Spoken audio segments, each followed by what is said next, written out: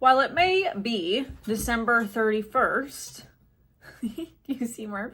Well, it may be December 31st, and tomorrow is technically 2025, we're still in winter. We're still not ready to be reborn. So usually when we make your New Year's resolutions at this time, it's very common for them to fall off by January or February, and that's because the true rebirth into the new year doesn't happen until the spring equinox, which is like March 20th or March 21st or something.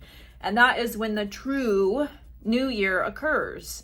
So as we step into 2025, I would like to offer you a new perspective, a new way of looking at this, which is that this is more of a time of inner reflection and self-discovery. It's more of a time for you to review 2024 and look at how far you have come.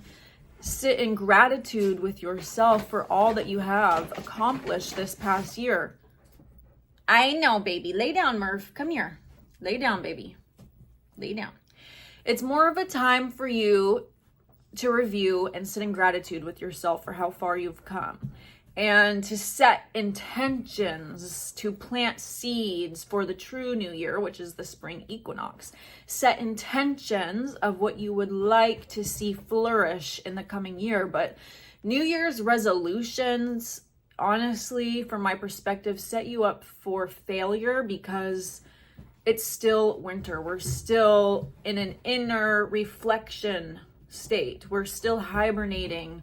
Okay, when you live in tune with the seasons, it takes a tremendous pressure off of you to push through, to keep going, even when there's resistance. Just keep going.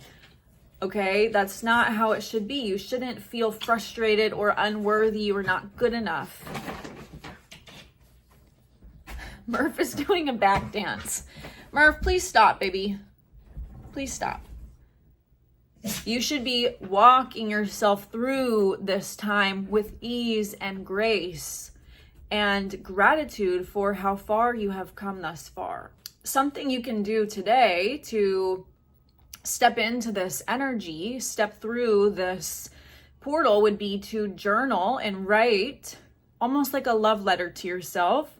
A love letter of gratitude and appreciation for how far you've come this far.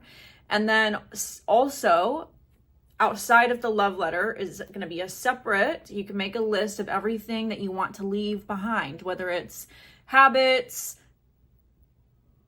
vices, people, places. Just make a list of everything that you want to leave behind in this new year and set intentions.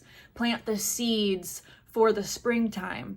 And once you do this work, you write the love letter of thanks and gratitude to yourself for how far you've come, and then you state what you'd like to leave behind and set intentions and plant seeds for the new year. What you're doing is you're giving yourself time to reflect and to observe as we step in to the spring equinox, as you walk yourself towards a rebirth, right? You have these 3 months of grace of being able to observe when you are still engaging in habits or vices that you wrote on your list. And you have all of this time to not shame yourself when it pops up, to not belittle yourself, but to observe, to become aware, to do that really deep inner work these next few months, so that whenever the rebirth does occur in March,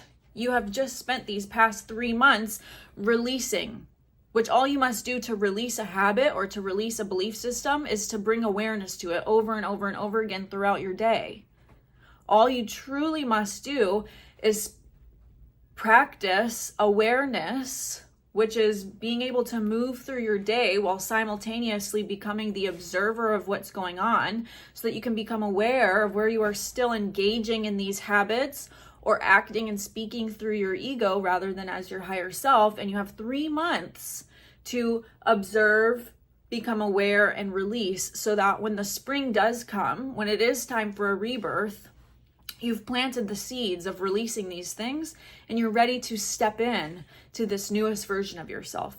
And now, of course, you can always choose in every now moment to just be the highest version of yourself. It's not a real long process you must go through, but you know, our humanness has programs embedded into our mind, and we must learn to create new neural pathways with new habits, new ways of speaking, new ways of being, new ways of observing the world, and giving ourselves that 90 days of space to create these new neural pathways, rather than just instantly jumping in and trying to be this new version and then shaming ourselves when it doesn't happen.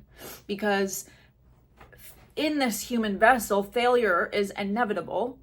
And nothing is wrong with failure. Failure is where you learn. When you fail to release a habit and you get almost like zombie sucked in because you said you wanted to release this habit, and so now you can't let it go and you're driving yourself crazy. It's in these 3 months that you really work with yourself inward and become aware of when you're falling into the habit. You become aware of what's triggering you to fall into this habit, and then you learn to release it. You learn to detach from it, and you create a new neural pathway by perhaps placing a new habit, a healthier habit in its place. Maybe when you once used to get triggered and drink, now you get triggered and go for a walk.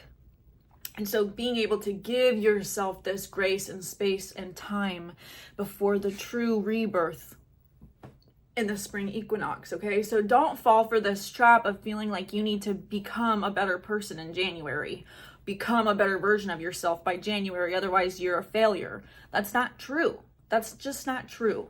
This is a time for setting intentions and doing that deep inner work before the transformation and the rebirth occurs in springtime, okay? So this is not a time of making it all happen. This is a time of showing up as the graceful, compassionate presence of your higher self and slowly nurturing and coaxing yourself into a new direction.